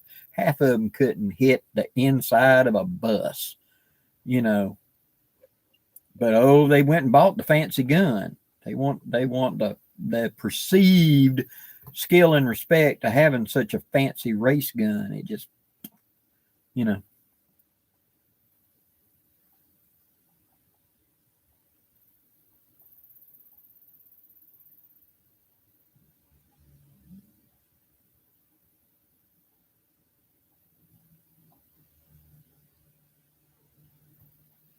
Good. Preacher, glad you do. In fact, I was talking to somebody about a Nesmunk the other day, and they said, why the hump on the back of the blade? And I point out, if you look at his time period when he was doing it, prior to 1900, most places you went into to eat did not have forks. You had the round knife and you had a spoon. And so you'd use the knife to eat like we'd eat with a fork, and use the spoon for the liquid stuff, and you'd use them together. So peas and stuff you had off in the back of your knife, and you look at them knives, they're kind of a round little hump. Well, Nesmonk's eating off his knife. He would scoop with the back of the knife to eat, and that hump is perfect for smearing jams and jellies. And he talks about he's opening tins to take butters, cheese, jams, meats, and stuff out of tins. Well, that was perfect to reach down in a can and take stuff out of a tin to put on a bread, a cracker, or whatever to eat. So it was an eating tool, and it works pretty good as a little spatula in a small little frying pan. But that funny little hump, that's what it's for eating off of. We didn't start using the fork nationwide, really, until right at 1900, where it became more common. You even look at the forks, Civil War and etc. It was not that common. Most people used a knife and a spoon, and still to this day, we use a fork with the tines pointing up. Europe eats tines down, and so you can tell somebody if they're from Europe watching the meat because they always got the tines pointing down. They eat with a fork. And Americans always got the tines up because we're used to a spoon. Even though we've transitioned to a fork, we're still eating with it like it's a spoon, scooping under or running under it, using the tines. They take the points and stick down. In fact, I had a friend that was he worked for the government going into Warsaw Pact areas, we shall say, back in the 80s, and talking to people. He worked for a government, one of them three-letter government agencies. And he said that was one of the things I had to stress was that was a dead giveaway if you ate with a fork with the tines up. Only Americans eat that way, so he had to learn to eat with the tines down. And he spoke absolutely fluent Czechoslovakian and fluent in several languages, Russian, etc. But he'd tell you, when you go pick up that fork. Somebody was trying to catch him one time, he pointed out, and when he walked up to sit down, they had turned the tines of the fork up on the place setting. He was meeting him at a restaurant, and when he sat down, he looked at it funny and turned the fork over and went to eating with it European style. They expected him to pick it up and start eating American style. They'd know he was an American spy that way. But he learned. He just flipped it over and went to eating the correct way for them. So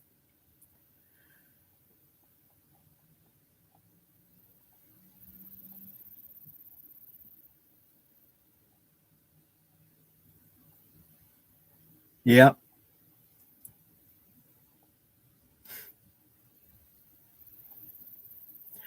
I understand the idea of batoning. I just don't see the need to baton usually, um, because you are running the risk of your knife's going to give up the ghost. Sooner or later, it will, no matter how good it is. And usually, if you've got a knife so tough that you can just beat the snot out of it and you ain't got to worry about it, it's a pry bar. It's, you know, a lot of them survival knives, things a half-inch thick. It's a pry bar with a little bitty edge on one side. Yeah, I can baton with that. I can baton with my kukri, but it's made for that. The edge is almost an 80 and the back's a 25. So it flexes. It'll sit there. I can baton, use it like a pro. But a kiln hardened knife that it's all the way through a rock weld such and such, it's going to crack. Sooner or later, it's going to crack. We were talk about getting a butt whooping. I took a machete and there was a fence that I was clearing the stuff and there was a spike sticking over. And I turned the machete around backwards and went to pounding on the spike to bend the nail down. And my uncle wore my tail out in a heartbeat. You know, that I was compressing the fibers on that machete and going to make that machete break. And because I assumed that piece of spring steel could do anything. No, beating on steel with it would snap that machete. So.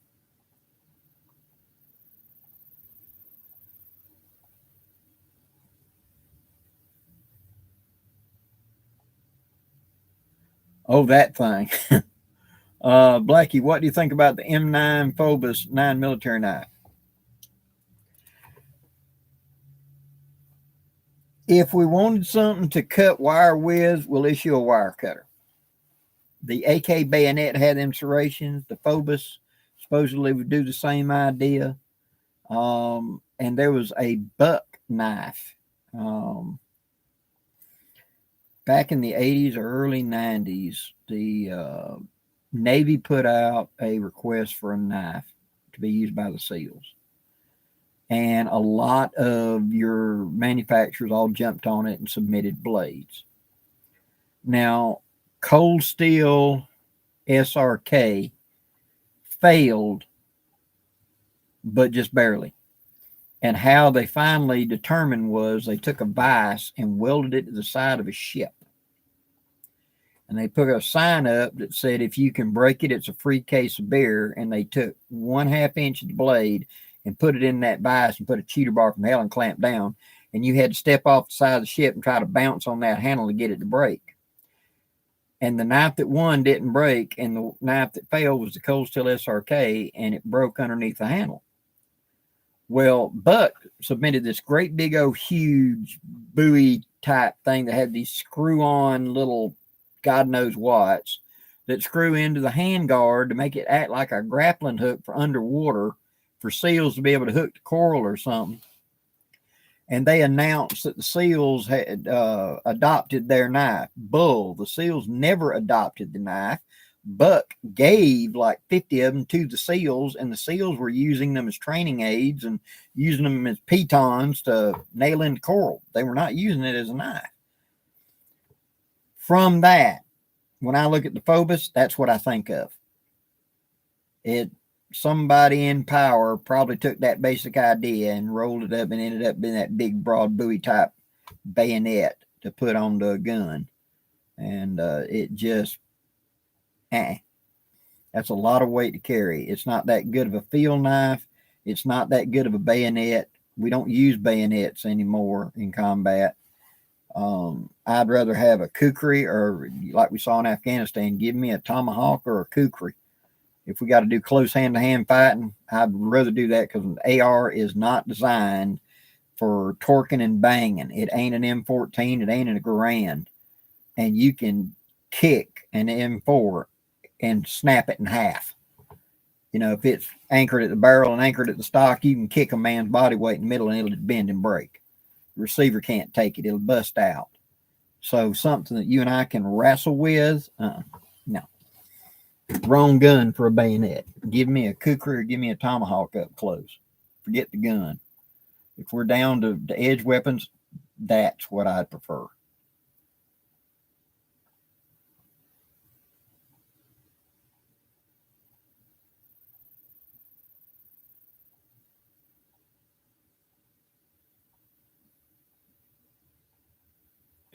Glorious. I remember the movie, yes. Well, Richard, thank you very much. Cool, Snapper. I found one laying in a parking lot of a restaurant last year, I think it was, and it was a military issue one, sheath and all. And it was just, I pulled in the parking lot. When I opened the door and looked out, there it was laying on the ground in the grass parking lot. And I went in and told the guys at the restaurant, said, if anybody comes in for the next 72 hours and said they lost a knife or a bayonet in this parking lot, give them my number. After 72 hours, all deals are off. Nobody ever showed up, so I ended up giving it to Bear. So Bear's got that one.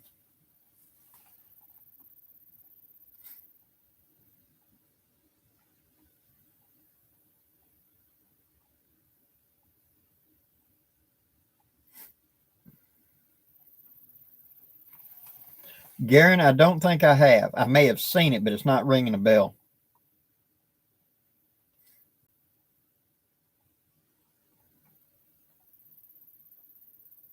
Gordon, I know what you're talking about, but I have not used one. I know there was a time there that those were very, very popular. I know what you're talking about. Old Timer brought back out a whittler with all kinds of blades on it for whittling and stuff. There were several popped up kind of similar to each other there for a year or two, a few years ago. But I have not had one and played with it.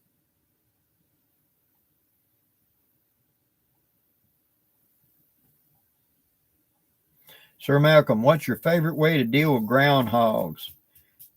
I have a few to deal with this Saturday on my buddy's farm. If it's wide open where we can shoot with something, put out black oil sunflower seeds. They can't resist them. And if you got an air gun that's quiet, a 22 with a BB cap that's quiet, you can shoot with that. Now, if you can't shoot, you can put them in traps or something like that and catch them, live catch them. But black oil sunflower seeds, they can't resist them. They got to come to them.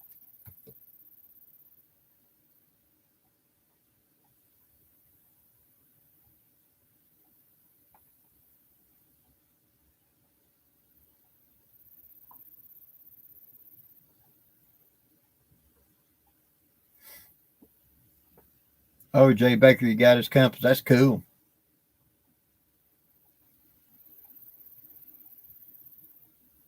Yeah, there's a lot of guys brought back gear, and I was just 20 years after the war. Whenever all these old guys that were old woodsmen that I was hanging around, all of them had old World War II gear. Some of them had World War I gear. And here, boy, you want a compass? Here you go. You want a knife? You want a canteen? You want a mess kit? You want a shelter half? You want a pack? This stuff was everywhere. Them guys brought them home in their duffels, and they were keepsakes, memorabilia. People would pass away, and they'd throw them on the Goodwill, or they'd throw them on the flea markets, and it was everywhere. You could just pick up any kind of gear. I wish I could step back through time now and get some of the stuff that I played with back then. I'd have a greater appreciation for it now than I did back then.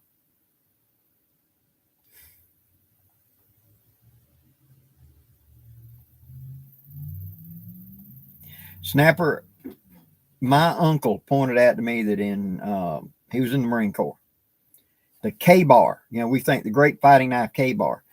They used them for tent pegs. They would nail them into a wall to hang gear on. They were everywhere, and they would take them off the wounded and just make piles of them. And guys, it was the whatever. You needed a sharp pry bar for something. If it broke, so what? You had your issue one you had to turn back in.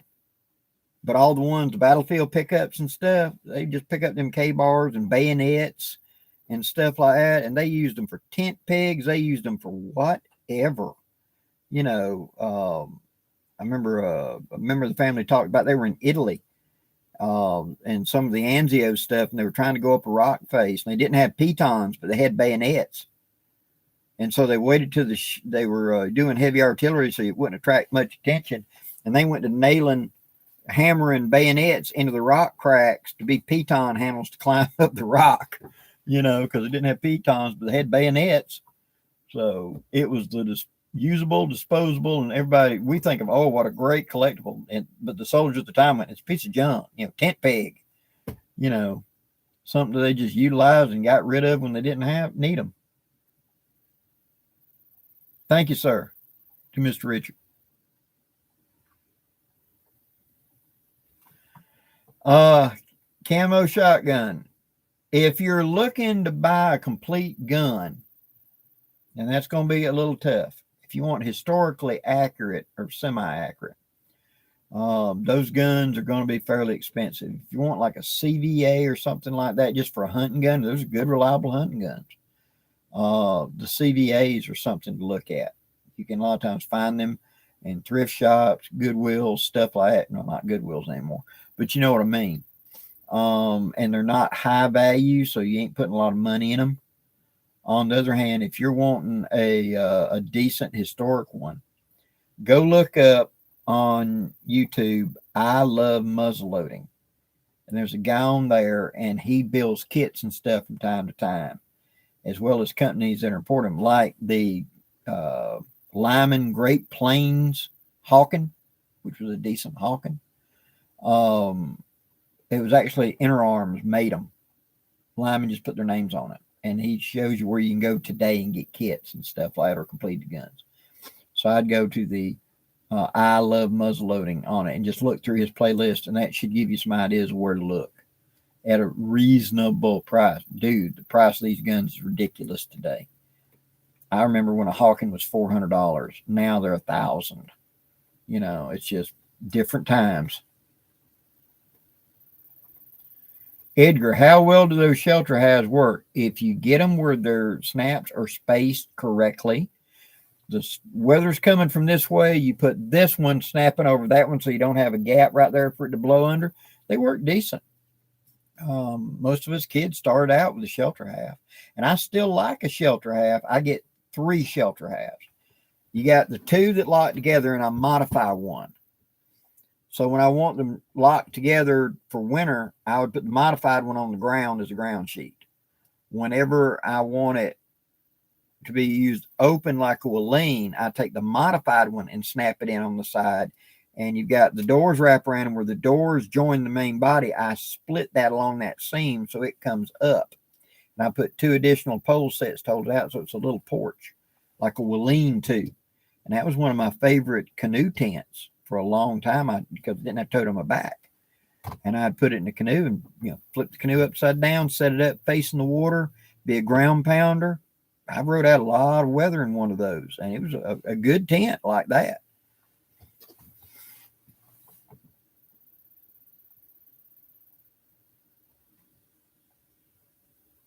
Yeah, Jay Becker, they did a general purpose, and it was better than nothing.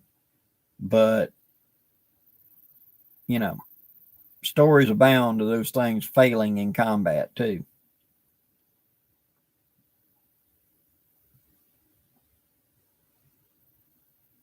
Oh, cool, Gray Wolf. Yeah, I had a friend that his uncle had been a smoke jumper out of Yellowstone area, and he would get him parachutes after a parachute had been used a couple of times. Whatever, they had to retire it, especially if it ever been through a fire and got smoke or heat or whatever. They would retire it in case it would split. That nylon got a little warm or whatever. And he would get parachutes, and he'd make all kinds of stuff out of parachute material. But a lot of times it was yellow and white or orange and white parachutes, because it was smoke jumpers. They wanted to see them. It wasn't camo or green. So, but he'd make stuff out of them. CJ, it's been quite a while since I did that video on the shelter half. I need to go back to it again and refresh it a little bit.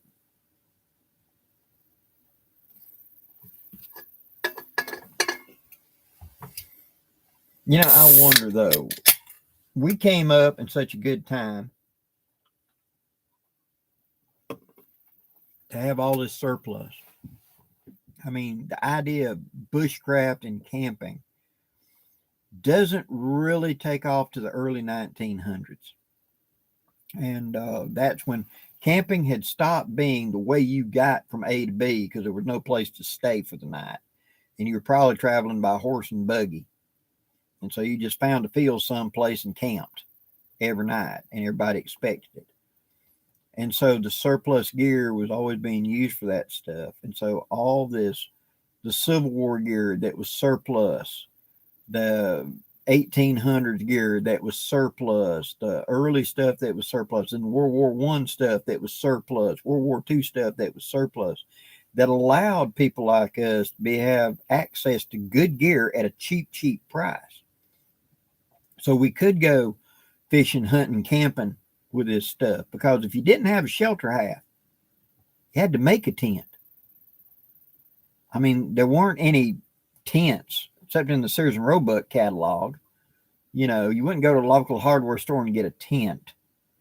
You know, you had to order one. It was a built thing, and so you'd have to make your own tents, your own heavy gear, your own heavy pants, stuff like that, because everything was so local. So, you know, miners had heavy, thick pants to work in the mines because they were on their knees a lot.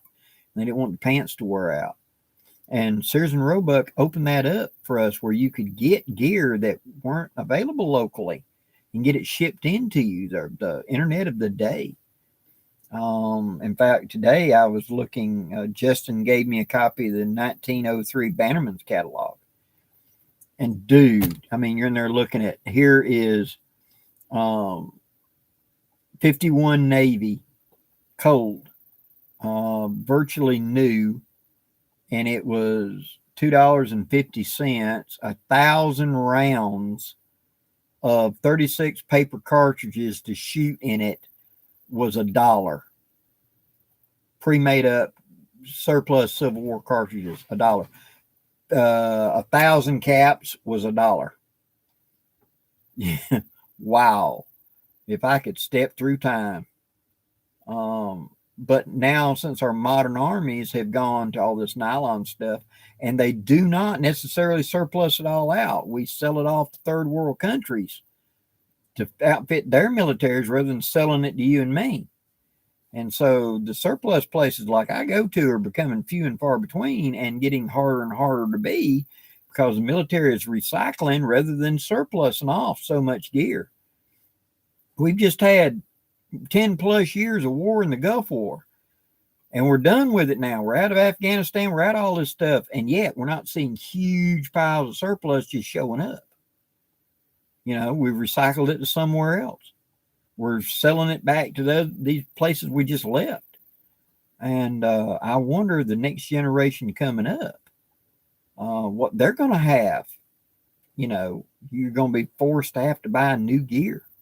At least we do have today's modern REI and all stuff, and places to go get camping gear and etc. But the cheap stuff, the good stuff, but cheap, that's starting to go away, you know.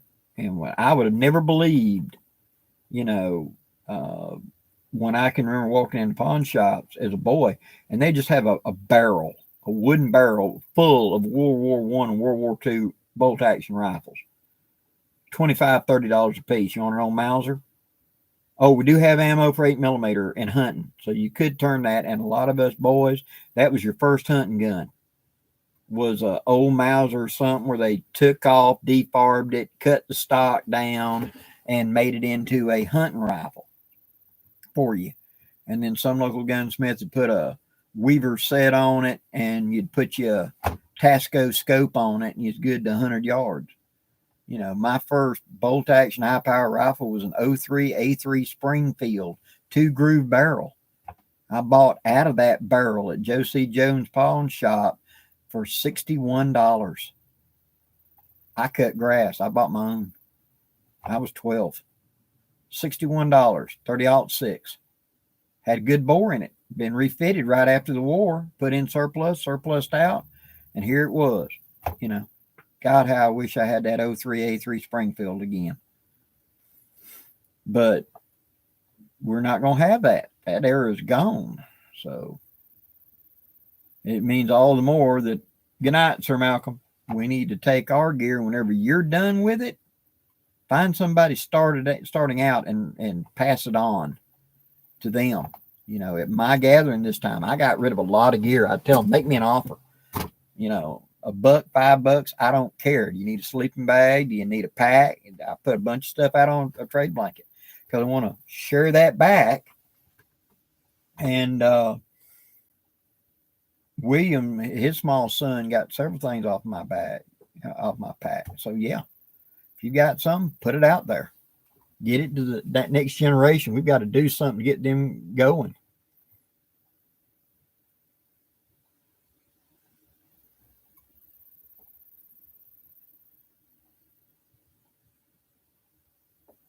Oh, Snapper, I know. Oh my God. We Bear's son today, who's a Civil War reenactment guy, was reading through the catalog. I let him thumb through it, and he was ready to cry. And he's going, a Star double action revolver, you know, $3.25. You know, a Lamite carbine, $2.85 for a Lamite carbine. Like, wow. But different times, different places. I'm sure they're going to look back at us 200 years from now and say, God, if I could go back to then. So.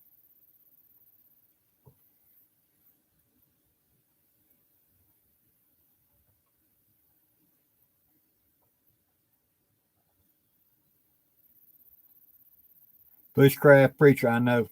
A good friend of mine. He had a all matching numbers car 98K. In fact, I gave as a graduation present to my blood brother Davy Hobbs a car 98K that the Israelis had taken, and they had rebarreled them into 308.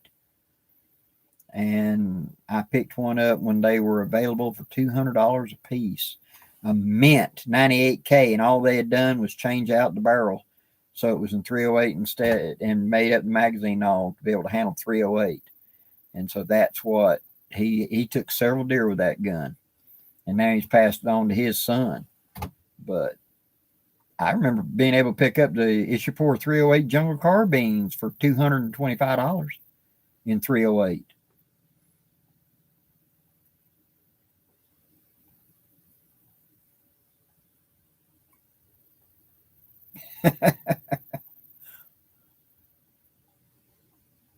Oh, Justin, yeah, I do. I really like it. Yeah, Jay Becker, you started out with gear, the pouches, packs, whatever, and you just kept adding to it. After a while, we looked like we were in the Army. We're covered in, full Army gear and everything. We're playing Army. No, we're just going camping cheap. And it's decent gear.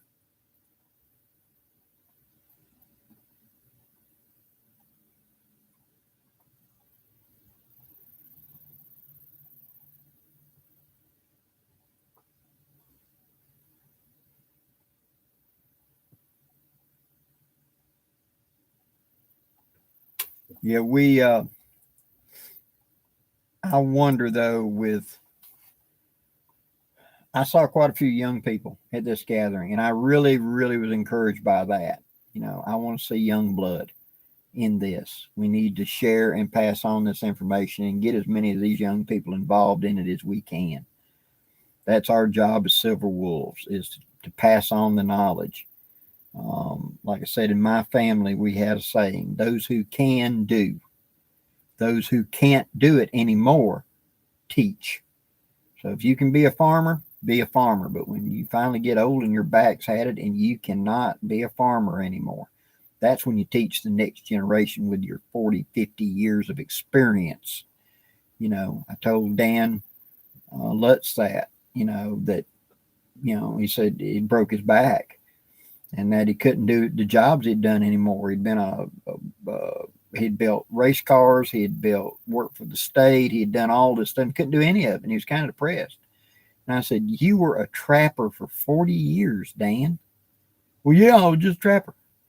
People pay to get taught how to trap, Dan. Yeah, but nobody's going to pay for that. I bet they would, and I proved to him. he did have something he can contribute. And he always said that when I told him that, those who can't teach, that was the moment where he decided to get up off his butt and start trying again. No, I can't do all of that, but I can teach how to do all that. And that gave him something to do. And as Silver Wolves, that's our job, teach. Find that young person, pass on every bit of that information, whatever it is, how to weld, how to work on a car, how to do whatever.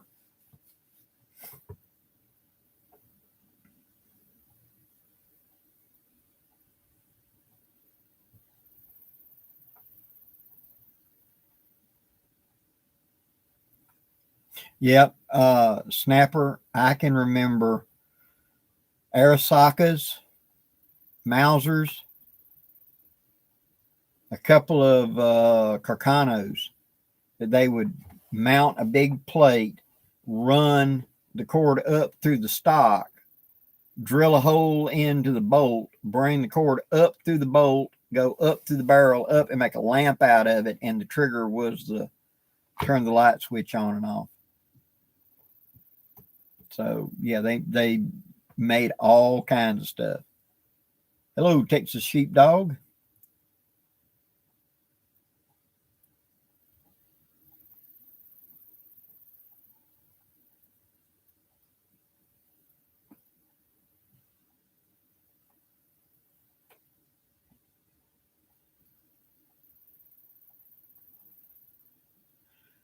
Pantera, yeah.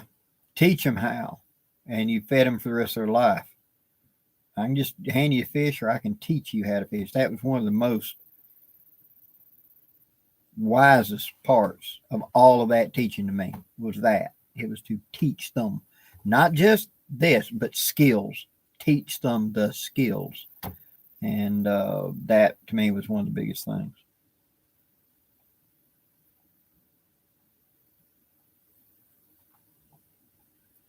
Well, guys, it's been about 2 hours, so we're going to call it quits. I really appreciate all the comments. Thank y'all very much for tuning in. And Sir